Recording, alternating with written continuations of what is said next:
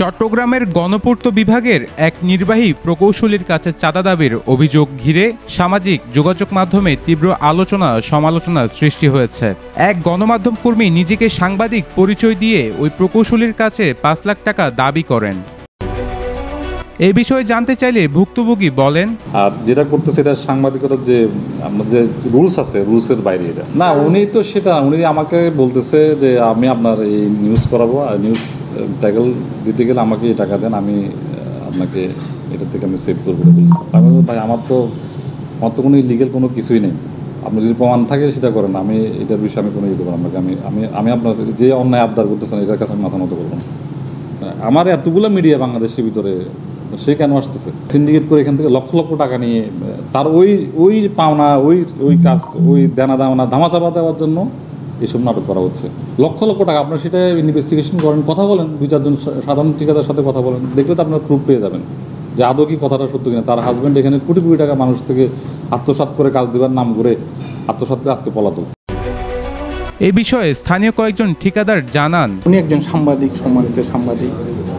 উনি প্রতিদিন ওনার পিডাব্লিউডির তথ্য সংগ্রহ করতেছে বলে প্রতিদিন গিয়ে এক্সিকিউটিভ ইঞ্জিনিয়ারদের রুমের সামনে বসে থাকে এবং কাজ নিয়ে বিভিন্ন ঠিকাদারের কাজ নিয়ে তফবিল করে যে ওনাকে কাজ দিতে হবে এজ ইউজুয়াল। এটা নির্বাহী প্রকৌশলীরাও আমাদেরকে বলছে, আমরা নিজেরাও এটা সম্বন্ধে অবগত। কারণ এখানে ঠিকাদার সমিতির ৫ আগস্টের আগে যে সাধারণ সম্পাদক ছিল পাপ্পি ছাত্রলীগের, আমরা জানি যে ওইটা ওনার হাজব্যান্ড, উনি বিয়ে করছে। এখন ও যে লুটপাট করছে, যে দুর্নীতি সাধারণ ঠিকাদারদের সাথে যে টাকা পয়সা নিয়ে যে দুর্নীতিগুলি করছে, ওইগুলি ব্যাকআপ দেওয়ার জন্য ও কন্টিনিউয়াসলি এখানে ঠিকাদারদেরকেও হয়রানি করতেছে এবং অফিসকেও হয়রানি করতেছে যে তারা কাজ দিতে হবে, না হলে পিডাব্লিউডি ঠিকাদার এবং অফিসের বিরুদ্ধে নিউজ করবে, বিভিন্ন করবে, এইভাবে আমাদেরকে বারবার হয়রানি করতেছে। তো আপনার মোহনা টেলিভিশনে আফরোজা, নাহিদ আফরোজা সামথিং একটা নাম, তো উনি আপনার বেশ কিছুদিন যাবৎ চট্টগ্রাম ডিভিশন 2 এবং 1 ক্যামেরা নিয়ে এবং সাথে একজন লোক নিয়ে সবসময় আসা যাওয়া করে এবং ঠিকাদার এবং আপনার অ্যাক্সিডেন্টদেরকে বাই ফোর্স করে আপনার কাজ দেওয়ার জন্য। উনি তো ঠিকাদার না যে উনি কাজ নেবে, বা ওনার তো লাইসেন্স নেয়। এখন কাজগুলো নিয়ে উনি কী করে এবং কাজগুলো কীভাবে নেয়, এখানে আমাদেরও একটা প্রশ্ন। কারণ আমরা ঠিকাদারি করি অনেক দিন ধরে, আমাদের লাইসেন্স আছে, আমরা লাইসেন্স হোল্ডার। তো লাইসেন্স হোল্ডার হলে সেই ক্ষেত্রে আমরা ওখানে শেয়ার হোল্ডারও ওন করি। একটা ঠিকাদার হতে হলে আপনার প্রথমে লাইসেন্স করতে হবে, অ্যানলিস্টেড। তো সেই ক্ষেত্রে আপনার মোহনা টেলিভিশনের যিনি সাংবাদিক আছেন, সাংবাদিকতার পরিচয় দিয়ে চাঁদাবাজি, ওয়ান কাইন্ড অফ চাঁদাবাজির মধ্যে চাঁদাবাজি করে, বিভিন্ন ডিপার্টমেন্টগুলোতে গিয়ে হয়রানি করে, অ্যাক্সিডেন্টদেরকে হয়রানি করে, ঠিকাদারদেরকে হয়রানি করে।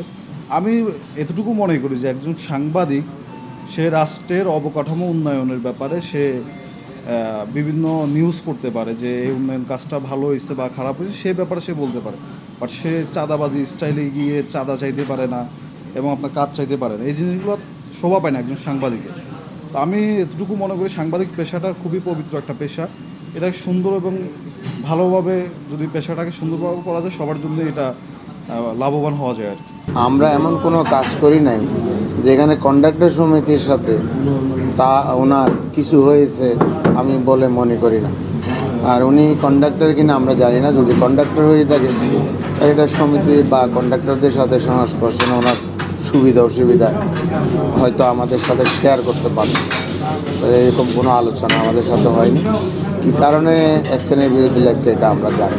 আমি মনে করি যে উনি যদি ঠিকাদার হয়ে থাকে তাহলে ঠিকাদারের ভাষায় কথা বলবে, আর যদি উনি সাংবাদিক হয়ে থাকে, সাংবাদিকরা আমাদের বন্ধু, আমরা একে অপরের সাথে সম্পৃক্ত হয়ে আছি।